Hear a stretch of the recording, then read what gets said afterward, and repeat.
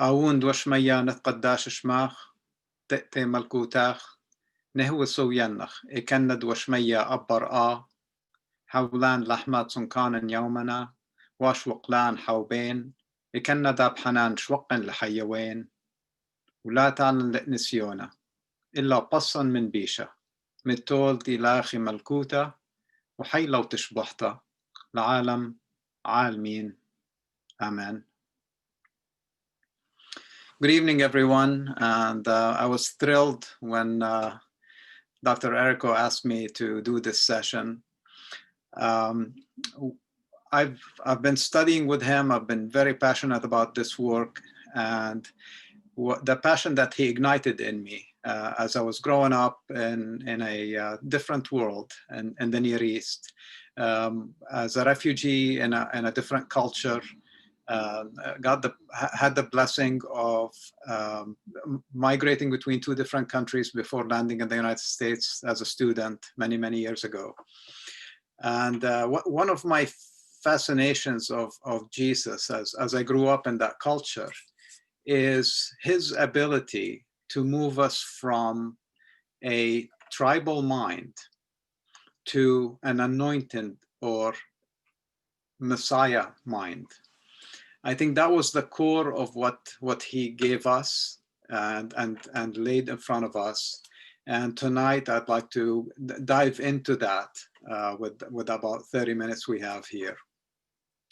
So when I say tribal mind, I'm not talking, it started probably, when we first formed as civilizations, as human beings came together many thousands of years ago. We started affiliating with the people around us. And from the small family unit to the bigger family unit to the families near us that made our tribes. And as civilization built up, we ran into each other away from that setting. And we started competing for resources. So as we move into the enlightened teachings of Abraham, as we started these sessions with this session one, he started seeing that being a tribal leader, if he only focused on the success of his tribe and his tribe's tradition, he was going to eventually fail. And he took a big risk migrating from his land of Ur in Iraq all the way as a Hebrew. As he crossed the river, that's where the name came from, the Hebrews. And he settled in a land that should have been very hostile towards him. And because of his meekness, because of his perspective, because of his understanding of God, he started developing a concept of God that had not been established in that world. And it was all based on his reflection in nature. So fast forward a few years after Abraham and his enlightened, simple way of viewing God. And if you read Genesis, which I love doing, past the deep stuff that Dr. Errico shared with us, you see Abraham meeting with God outside the tent under a tree and talking with him and inviting him to the tent. So the deity that Allah was to Abraham was somebody that he could communicate with. He saw often in his dreams and was very close to him. So as we fast forward to Moses, who was more of a civilization builder, he set up different rules, and a lot of his rules were based on building a good society. He borrowed a lot and observed what was around him in Egypt and in Iraq, the Babylonians. And a lot of what he gave was good principles for a good, healthy society. And those are what we call the 10 Commandments today, had no punitive side to them. He basically just said, don't kill. He didn't say, if you kill, I will do this and this to you. But just like our days today, and we're since the majority of you are in the US, we're going through elections. And a big part of elections, besides the people that we put in office, is all the laws that we add every year. And I don't remember, I've been voting for over 20, maybe 30 some years now. And every year there are more laws, and it's like we never get it right. So the next year we modify, we tweak some of the ones we just passed 4 years ago or 2 years ago, and we are constantly trying to make our society better by legal action. So Moses was, when he said those principles, that don't kill, that take the Sabbath as a break instead of working 7 days a week. The society, as it typically does, it asks for an explanation of the limits. When you say take a break, what does that mean? When you say don't kill, if I kill, what does that mean? Can I kill an enemy? Can I look at my neighbor's wife, but not necessarily in a bad way? So that we're always questioning, inquiring, trying to see what we can get away with for some reason, and that's how we evolved. So then the punitive side became a part of the religion. The religion started saying, okay, you can't do this and you can't do that. Now, fast forward another couple thousand years, and here shows up a simple man, very wise, Jesus of Nazareth. And I really relate to Jesus because my family, my father's side is from Galilee. My mother's side is from southern Palestine, from the Gaza city, actually.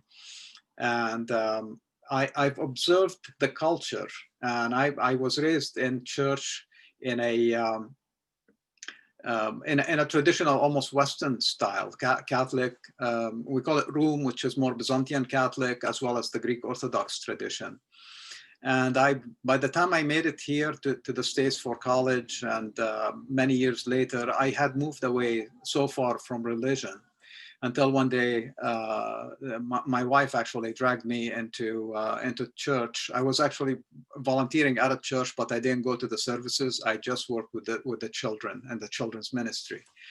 When my wife dragged me into to listen to Dr. Errico, and took me on to listen to a Saturday talk about what was it, King David, I think. No, Moses. It opened my eyes to an Eastern understanding of Christianity that matched my culture, but never matched my religion that I grew up with. So why Jesus, and what made this guy so special?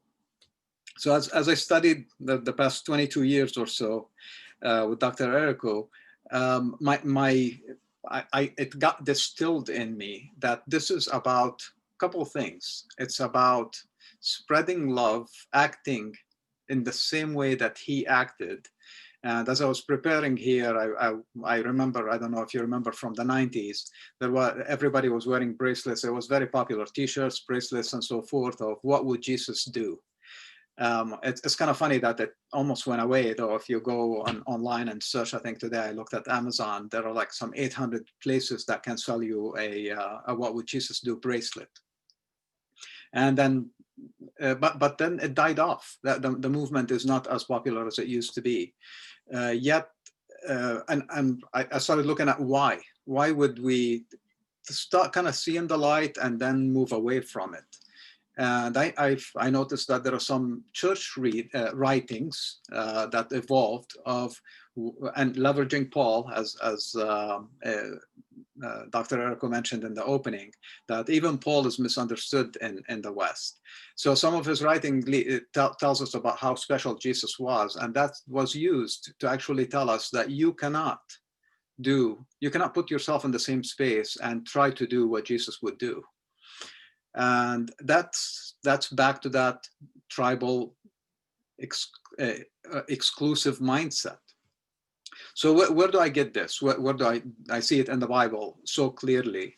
And that's what I want to share with you right now. Is really, if you take the Bible away from me, those are the 5-6 verses that I would hold on to and can lead me through a good life.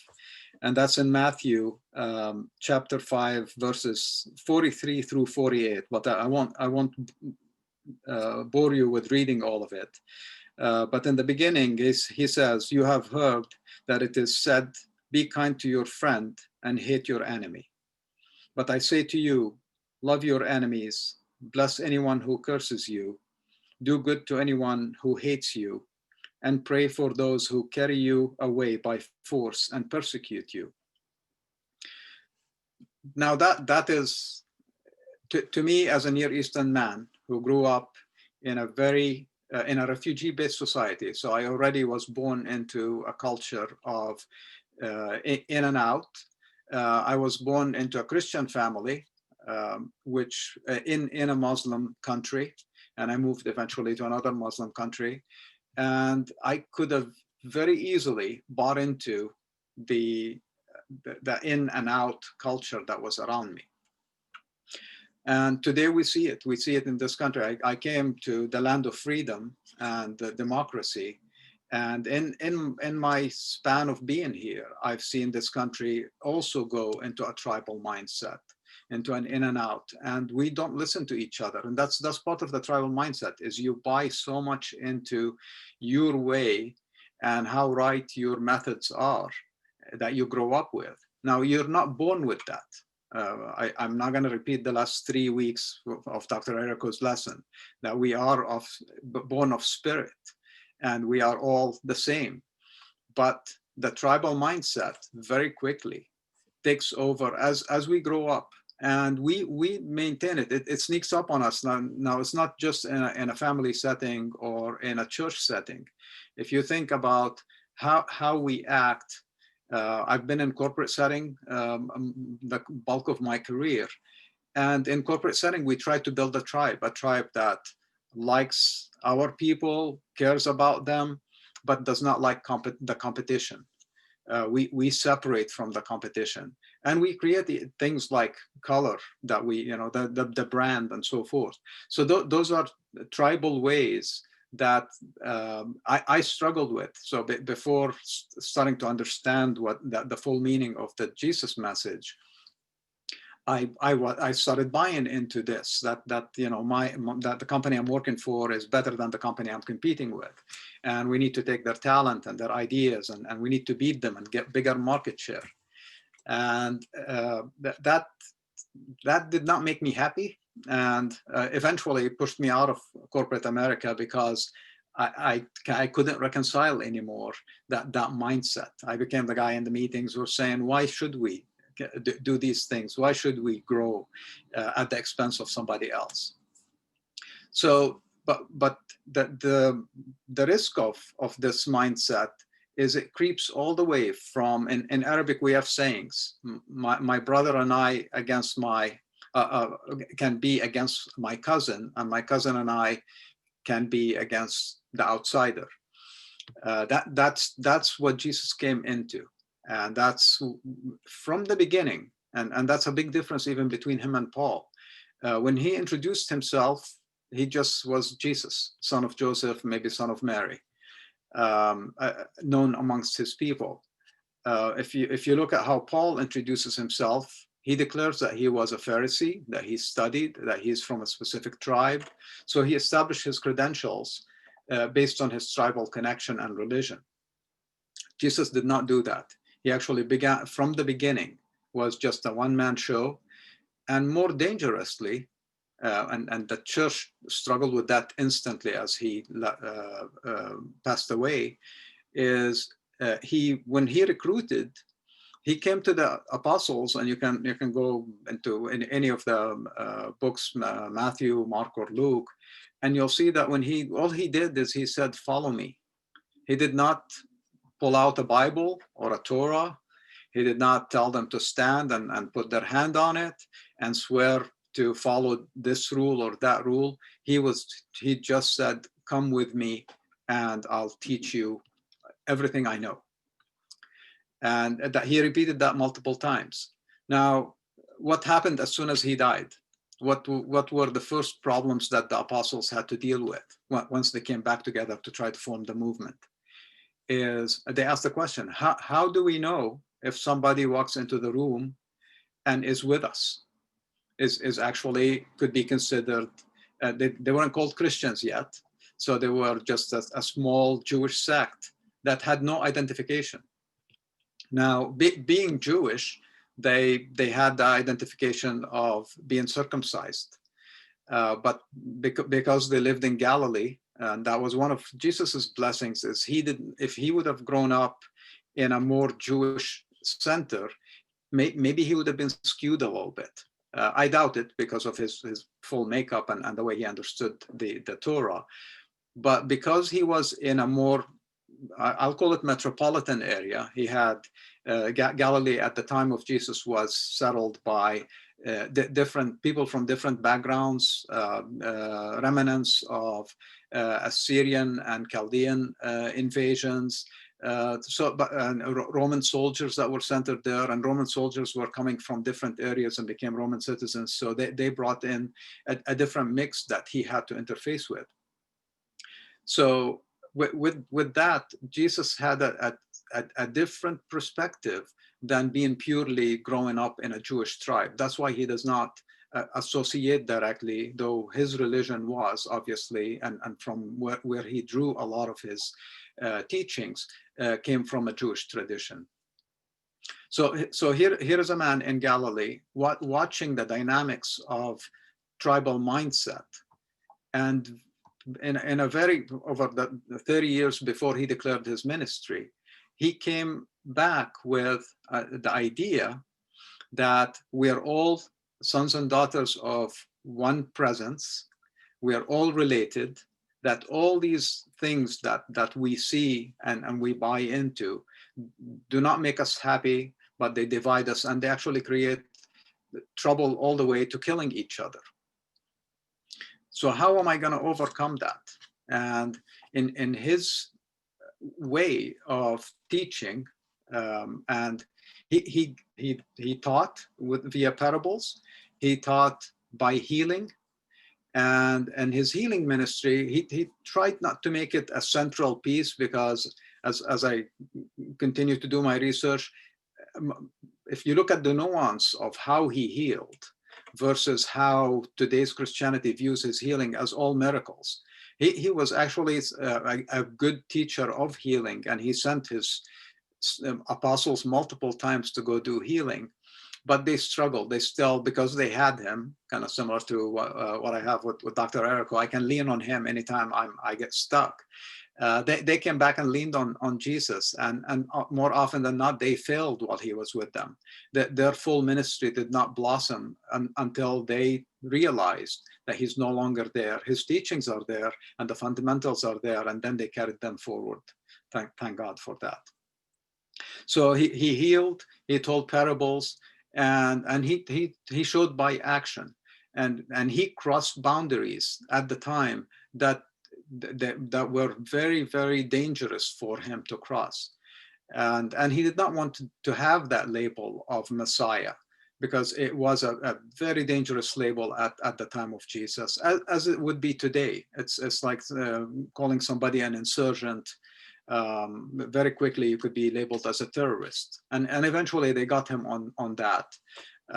Though he never declared it. He kept telling them that that's what you're saying. I'm a peaceful man, and I'm just, you're saying I'm a king, you're saying I'm a Messiah. But even when his apostles tried to give him that label, he said, "Blessed are your lips, don't ever repeat it." So when he taught, and the next verse I want to go to is really how, and I know that even Dr. Lamzo, when he translated it, that the word is Gemira, and that's the end of chapter 5. Jesus describes how God's love and justice and rain and sunshine falls on everybody, and it does not discriminate between the good and the bad. That's how he sets up between that, the love your enemies and the next verse. And then he says something, we uses the word Gemira. Therefore, become Gemira, just as your Father in heaven is Gemira. Now, Gemira translated to English is perfect, or it could be translated as mature. And the best translation, in my opinion, is to be all-inclusive. So just like God is all inclusive in his warmth and his rain, which is what gives us the greenery and the food and so forth. Jesus was very specific. He concluded that part of his speech by saying you need to be all inclusive, and that is not that is again, as Dr. Arko often says, and I totally agree. He was too simple, and until you sit and meditate and reflect on your all inclusiveness and how you can implement just that one verse, it corrupts you. It changes the way you see everything. And I wish that you could do what would Jesus do every time you ran into this situation. In the this is one of my favorite of his parables. It's so simple, so short, and it's in Matthew 13:33. This is a one. He was great, like almost a one-liner parable. The kingdom of heaven is like yeast, which a woman took and hid in 3 measures of flour until all had risen. So here's this rabbi teaching, and he talks about the kingdom as a woman baking bread. And what does yeast do to flour? It corrupts it. It sits there, and hopefully you've all had the blessed experience of making bread or making dough for pizza or whatever. But you know, if you once you add the yeast, that flour becomes alive, and it grows and it grows and it grows. And that's the power of that parable, is that these teachings that we're sharing with you, that you're sharing with us, the questions that come and the interactions that we have, it's that yeast in action. It's changing us over the last 20 years, that 20 some years, that yeast is growing in me, and it gives me peace. It makes it hard in many situations to just act as expected by society. It makes me go quiet more often than have to speak, because what I say more often than not does not agree with or does not agree with the people are saying around me. But I do have the peace of mind and the freedom that I can share that. And I don't have any fear of what that might mean, because I know it's coming from the right place. So that's the power of Jesus's, and that's what I call the anointed mind. That's the mind of the Messiah. If you want to be chosen, and that's what the Jewish people had early on, is they had good human instinct in their society. Unfortunately, because of their tribal mindset and the tribal mindset of the people around them, they clamped down instead of opening up. And as Dr. Eriko was teaching us about the prophets the last couple of weeks, they had the glimpses, but then they had also the pressure of being the advisors of their tribe. And that's where Jesus differs from these prophets. Though he's in the same line and he uses pretty much the same methods. He was even good with weather, like the other prophets were. He was good with healing. He was good in solving problems. And he pointed out that what the problems are, because at his time, the law of Moses became very burdensome, and people used it against each other instead of to create a better society. And remember, now they're no longer closed tribes just by themselves with people around them. They had to incorporate into communities. The rule was Roman, so they had to accept the Romans in their cities, walk in their streets, buying stuff, maybe abusing, taking stuff that they didn't pay for, to supply the army, and additional taxes that Rome had to put on top of their own taxes. So the society he came into, it was ready to explode. And he took that moment and he changed it to his advantage, and he taught how to live together. And that became, again, back to like, how do we know if we belong to the tribe of Jesus, which is a global tribe, or do we belong to other tribes and they have the influence on us? And you can ask yourself that question. I bet you each one of us can probably name, I'll on a very low list, I'd say 3 tribes, but you probably belong to something as many as probably 20, 30 tribes. If you add your favorite TV show, genre, if you add your work, your profession, the college you belong to, the high school you went to, the town you live in, the state you live in, the country you live in, what flag you obey, all these things are, and they have an influence. And I find myself, I struggle with that, even as simple as watching a football game or a soccer game. Is now I just enjoy the sport itself, and I try not to pull for either side. And when I do, I kind of ask myself, why did I do that? So those are the tribes that we belong to today. These are our tribes. In Jesus' times, it was the Samaritans and the Israelites versus the Judeans, the northern tribes versus the southern tribes, the Romans with all their issues, and then all the families who came and settled that land over the hundreds, if not thousands of years of occupation and changing hands. And he had to deal with it. And he saw that in their homes, they did not like these people. And the apostles ran into that as soon as he passed, because he did not get, he told them very specifically, his commandments, I had one written down here. This is Jesus's commandment. I want to look at how I'm doing on time. I'm almost at time.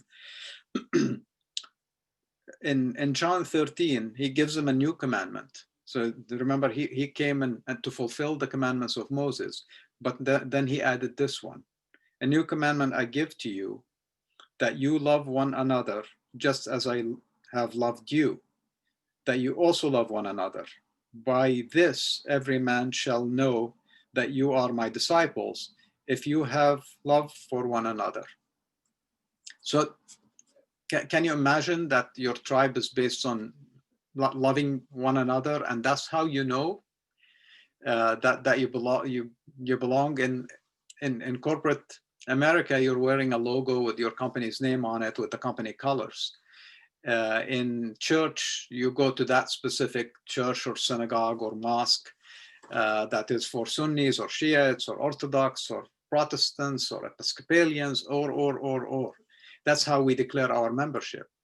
And Jesus is saying, no, but it's just by your actions. I'm back to his early movement, as Dr. Erica was saying before we started recording. It was carried by merchants. It was carried by people.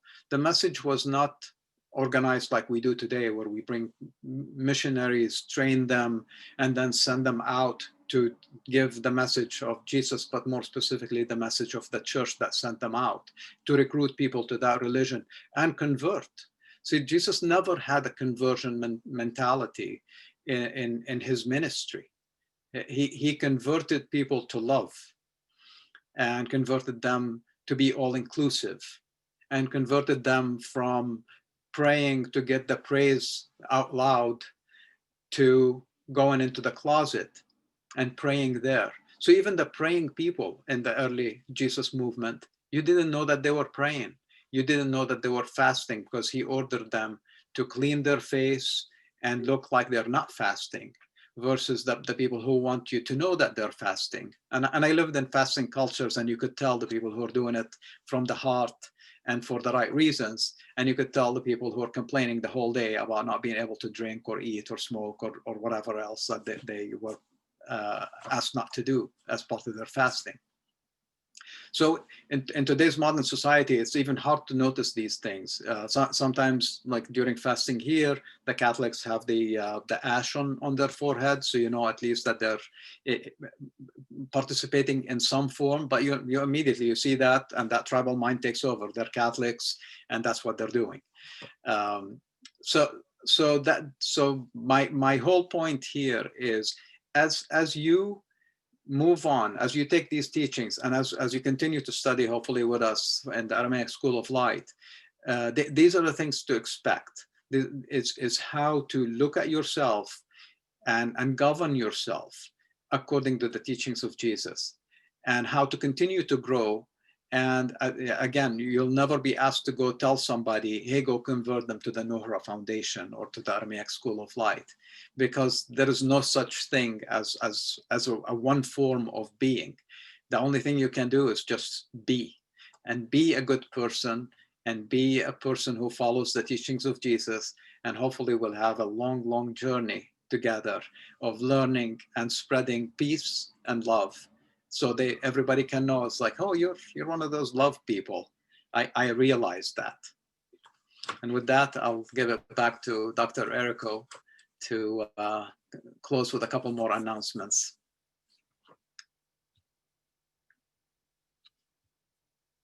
That was beautiful. It was delicious. I loved everything you had to say.